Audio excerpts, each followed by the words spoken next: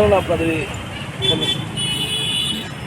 আপনারা জানেন, আমরা সকলেই জানি যে গতকালকে প্রভাতী পত্রিকাগুলোতে যেই একটা রোমহর্ষক ঘটনা প্রকাশিত হয়েছে, সেখানে আমরা দেখতে পেয়েছি যে দুজন আদিবাসী মহিলা,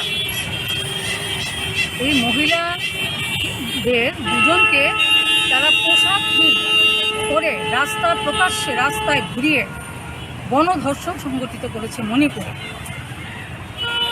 এই ঘটনা 4 মে ঘটনাটা প্রকাশিত হয়েছে একটা 26 সেকেন্ডের ভিডিওতে, সেটা প্রকাশিত হয়েছে। এরপরে গোটা দেশ জুড়ে যে তীব্র লড়াই সংগঠিত হচ্ছে, সেই লড়াই থেকে আমরা বাদ যাই না।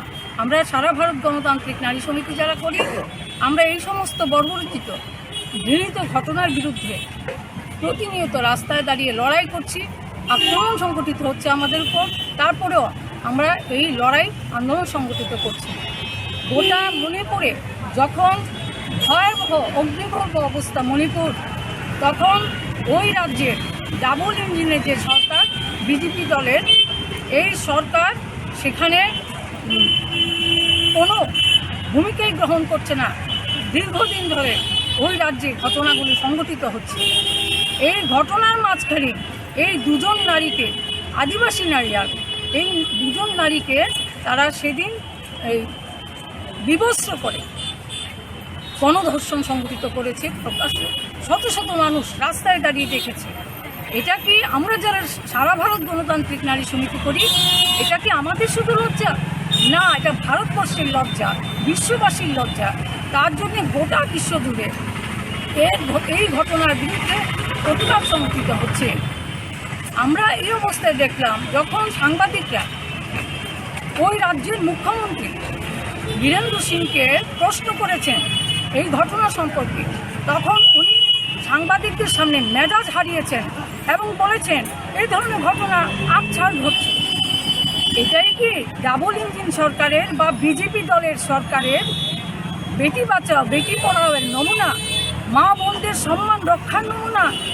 আমরা এই পূর্ববর্তীত ঘটনার তীব্র নিন্দা এবং ঘৃণা জানাচ্ছি। সাথে সাথে আমরা বলবো যে যারা অভিযুক্ত তাদের বিরুদ্ধে অতি দ্রুত ব্যবস্থা গ্রহণ করার জন্যে। কিন্তু এই রাজ্যের সরকারের কোনো ভূমিকা নেই। এমনকি দেশের প্রধানমন্ত্রীও এই ঘটনা যে জানেন না উনি তা না, জানতে পেরেছেন, যে সব কিছু জানেন, কিন্তু উনি কথা বলছেন না। এই অবস্থায় আমাদের সর্বোচ্চ আদালত সুপ্রিম কোর্ট, সেখানে সুপ্রিম কোর্ট স্বতঃপ্রণোদিত হয়ে মামলা নিয়েছে, বলেছে যে তোমরা যদি কিছু না করো আমরা করব। এটা আমরা বলবো এটা দারুণ কাজ হয়েছে। এই জায়গায় দাঁড়িয়ে সারা ভারত গণতান্ত্রিক নারী সমিতি, সদর মহকুমা কমিটি, আজকে আমরা এখানে মৌন মিছিল সংগঠিত করেছি। আমরা এই ঘটনার তীব্র নিন্দা ধিক্কার জানাচ্ছি। পাশাপাশি আমরা দোষীদের গ্রেপ্তারের দাবি জানাচ্ছি এবং তাদের যাতে শাস্তি হয়, কঠোর শাস্তি হয়, তার জন্যে ব্যবস্থা গ্রহণ করতে। পাশাপাশি এই ঘৃণিত ঘটনার প্রতিবাদে সকল অংশের জনগণকে গর্জে ওঠার জন্যে আমরা